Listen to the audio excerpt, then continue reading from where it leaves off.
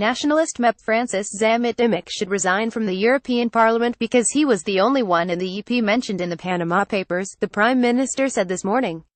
But the MEP in a reaction said he only shared an office building with a firm mentioned by the Panama Papers, and had nothing to do with it, referring to next Tuesday's EP debate on the rule of law in Malta. Dr. Muscat said he looked forward to some introspection. The only person in the European Parliament mentioned in the Panama Papers as an intermediary was Francis Zammit Dimech. By his party's yardstick, he should resign and not take part in the debate, he said. Dr. Zammit Dimech had been mentioned in the context of a company which opened accounts for tax avoidance. The Nationalist MEP, through his company, was therefore making money from a tax system that was being criticized, Dr. Muscat said. How could anyone criticize something and then make money from it? Dr. Muscat said the government was also well aware of the political football in the European Parliament, where the Popular Party moved a debate against Malta whenever it was being pressured over the situation in Hungary. The EP would not doubt give its opinion, as would the European Commission and the Council, but Dr. Muscat said Malta was not doing anything wrong and would continue to progress. Earlier in his address, Dr. Muscat said the government's aim remained prosperity with a purpose, and he would be abroad again next week, in Asia, to promote investment and job creation in Malta. Dr. Muscat hailed the pay agreement with teachers, saying teachers' pay had fallen back because under past administrations this important profession was ignored. Teachers were responsible for the future of the country, and it was a shame that for many years, this profession was rendered unattractive and people were not joining. Teachers' work and necessary qualifications were increasing, and it was fair that they were given an unprecedented raise, he said. As expected, other professions were now also demanding a raise. But it should be remembered that last year the government gave a raise to all categories of state workers, although adjustments were needed from time to time.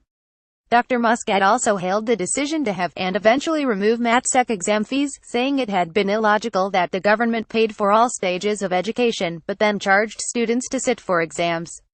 This progress, he said, was a result of economic growth and the financial surplus it had yielded. Everyone had contributed to this growth, except the opposition, he said. And the opposition was punished for it. The Nationalist Party had still not got around to realizing that working to undermine Malta, locally and abroad, only harmed the party itself. He believed that the leader of the opposition did not want to follow this line, but so far was unable to get a grip and tell the few within his party to follow his direction.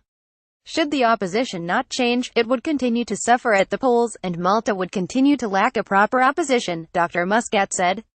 In his speech, at Sta Venera Place Club Drive, Muscat said his target was to ensure that the coming generation would be the most well-off, the most free, liberal and cosmopolitan. Zammit Dimech reacts. In a reaction, Dr. Zammit Dimech accused the Prime Minister of lying and trying to deviate attention hours before a parliamentary debate on the collapse of the rule of law in Malta which happened under his. He explained that the Panama Papers make reference to Valletta Legal acting as intermediaries for clients.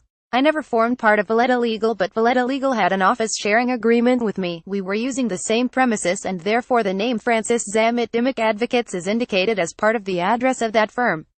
Francis Zammit Dimech Advocates never had any interest in Valletta Legal, which in any case acted for clients, since even Valletta Legal never had any company of its own or for its own lawyers in any offshore jurisdiction, Dr. Zammit Dimech said, being amazed. The truth is that the only minister in the whole European Union who was mentioned in the Panama Papers was Conrad Mizzi, who along with the Chief of Staff of the Prime Minister Keith Schembri holds an offshore company in Panama for his own interest and not even as a professional intermediary.